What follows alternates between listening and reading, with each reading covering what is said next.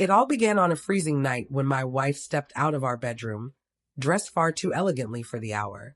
I asked where she was headed, expecting a simple answer, but instead, she snapped at me. "Where I go is none of your business."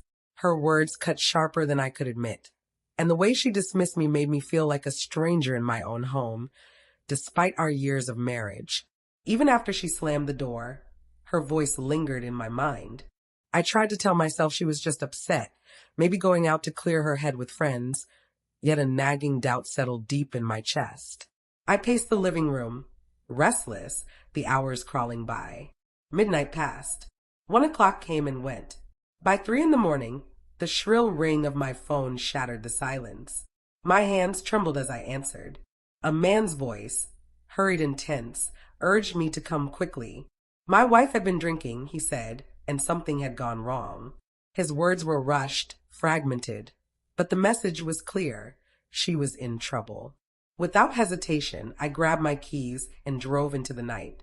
When I arrived, my worst fears were confirmed. She was in a hotel parking lot, surrounded by strangers, looking dazed and disoriented. The man who had called slipped away the moment I appeared. The expressions on their faces told me everything I needed to know. I didn't shout or demand answers. I simply helped her into the car, drove her home in silence, and put her to bed. Her slurred words were half excuses, barely coherent, but I didn't argue. I stayed calm. In that moment, I made a decision. Her betrayal would not go unanswered. The next morning, she acted as though nothing had happened. She sipped coffee, brushed her hair in the mirror, completely composed. When I asked about the previous night, she dismissed me again, cold and detached. That was all the confirmation I needed. Over the following weeks, I became the ideal husband, smiling, going to work, keeping up appearances, while quietly gathering evidence. Phone records, text messages, photos. Her carelessness made my task easier. Every lie she told became another piece of the puzzle, stacking higher until the truth could no longer be denied. I even consulted a lawyer. Carefully, methodically, I laid the groundwork for what would come next. I planned for months, ensuring every detail favored me.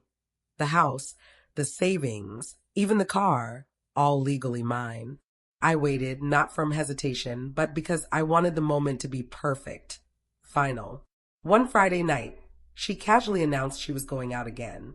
I smiled, wished her a good time, and let her leave.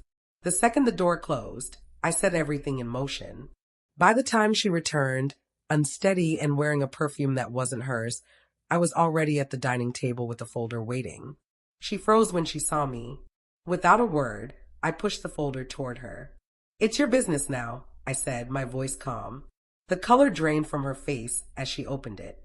Inside was a detailed record of every lie, every affair, every calculated step I had taken, ending with divorce papers waiting for her signature. She tried to cry, plead, twist the story in her favor, but I remained firm. Every excuse had evidence. Every denial had an answer. The weeks that followed were a storm for her. She lost the house, most of the money, and the perfect image she had worked so hard to maintain. Friends she thought would defend her vanished. Her confidence crumbled into panic, while I quietly stepped out of the wreckage into a new life. I won't say I reveled in her suffering, but there was a profound satisfaction in restoring balance. My revenge wasn't about yelling or fighting. It was about reclaiming my dignity, proving I wouldn't be treated like a fool. She once told me my questions weren't my business. In the end, I made everything my business, my choice, my closure, my justice. When I signed the final paper and closed that chapter, I did so with a calm heart, knowing I had spoken louder than any words could, without ever raising my voice. If you want to hear more stories like this, make sure to subscribe to my channel. You won't want to miss what's coming next.